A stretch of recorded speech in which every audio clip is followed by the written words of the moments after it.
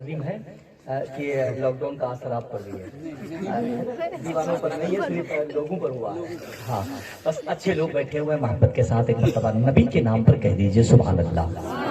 اور بیداری کے ساتھ کہہ دیں سبحان اللہ۔ میں ماہر بھائی ایک نیا شعر پڑھتا ہوں کہ غموں کا بوجھ تم کو خود سے یوں ڈھونا نہیں ہوگا، غموں کا بوجھ تم کو یوں خود سے ڈھونا نہیں ہوگا، برے ایام کی گردش سے یوں رونا نہیں ہوگا، برے ایام کی گردش پہ یوں رونا نہیں ہوگا، وضو کر کے پڑھو تم نمازیں 5 وقتوں کی،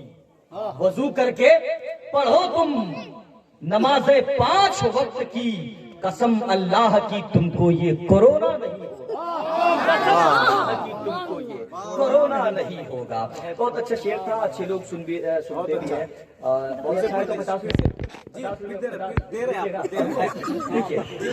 میرے ڈپارٹمنٹ کے لوگ ہیں، ظاہر سی بات ہے میشر بھائی نے کہہ دیا کہ میں دوں گا تو وہ دے کے ہی رہیں گے، اور جب انہوں نے حکم کیا تو پڑھ دیا پورا ہو جائے گا۔ عظیم بھائی یہ جو 10 روپے نا، دیکھیے اگر میں کسی منترالے میں چلا گیا،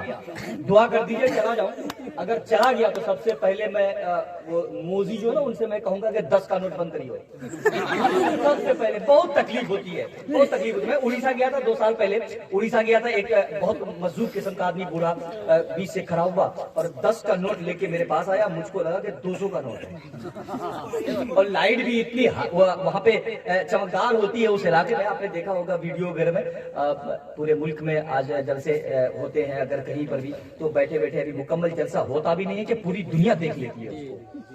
ایسے ہی میں چتاوری دے رہا ہوں، آپ لوگ بھی کم سے کم محبت کے ساتھ سبحان اللہ بولتے رہیے اور ماشاءاللہ بولتے رہیے، تاکہ یہ جو آپ میرے سامنے دیکھ رہے ہیں، میں اس کے بارے میں اعلان تو نہیں کروں گا لیکن اتنا ضرور کہہ دوں گا کہ یہ وہ چیز ہے ابھی آپ بیٹھے بیٹھے یہیں پر دنیا کے 200 سے زائد ملک میں دکھایا جائے گا،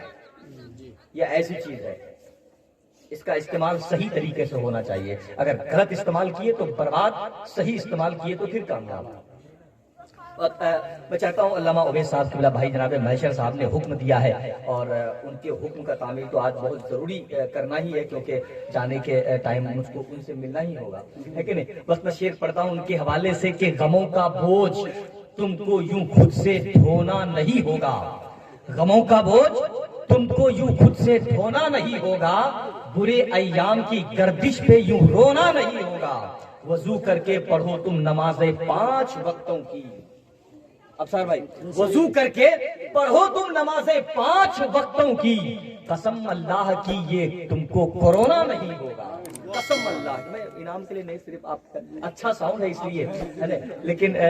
میں بتا رہا ہوں کہ ابھی لیٹ اس لیے ہو گئے، نسیم بھائی سے معذرت چاہتا ہوں، بالخصوص بھائی جناب میشر رضا صاحب سے بھی معذرت چاہتا ہوں، یہ علامہ اویس رضا صاحب قبلہ قادری جو LRP جامع مسجد کے امام ہیں، وہاں ایک مقتدی ہے کہ بہت شہید مقتدی، کبھی کبھی یہ نہیں ہوتے ہیں، آذان کا جب وقت ہو جاتا ہے ان کے مؤذن نہیں ہوتے تو وہ آذان پڑھ دیا کرتے ہیں، اچانک عصر کے بعد ان کے پاس آ گئے کہ حضرت میں اپنے گھر پہ چھوٹی سی ایک محفل رکھنا چاہتا ہوں میلاد شریف کی، آپ کو آنا ہوگا۔ انہوں نے کہا کہ میں خالی نہیں ہوں، میشر بھائی کے حوالے سے مجھ کو آج وہاں جانا ہے، اس لیے کل رکھیے گا،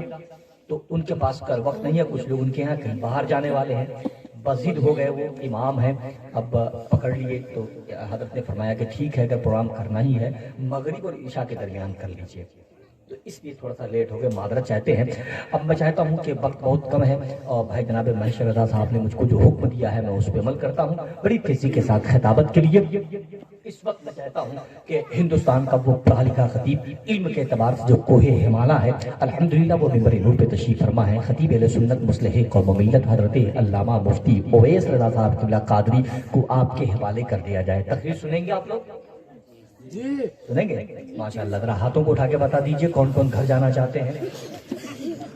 نہیں، پروگرام کے بعد پروگرام کو تو جائیے گا ہی، آپ لوگ پہلے میں نے اس وقت کو بھی لے کے رکھا ہے، گھر تو جانا ہی ہے۔ نسیم بھائی نے نہیں کہا کہ آپ کو وہیں رہ جانا ہے، کسی کو نہیں، نسیم بھائی بھی نے یہ کہا کہ پروگرام کے بعد چلے جائیے گا پھر کل آئیے گا، ایسا انہوں نے کہا ہے، میں اسی پہ عمل کر رہا ہوں۔ استقبال کریں خطیب اہل سنت علامہ مفتی اویس صاحب اللہ کی گفتگو پہنچنے والی ہے، نعروں سے استقبال کریں، نعرہ تکبیر،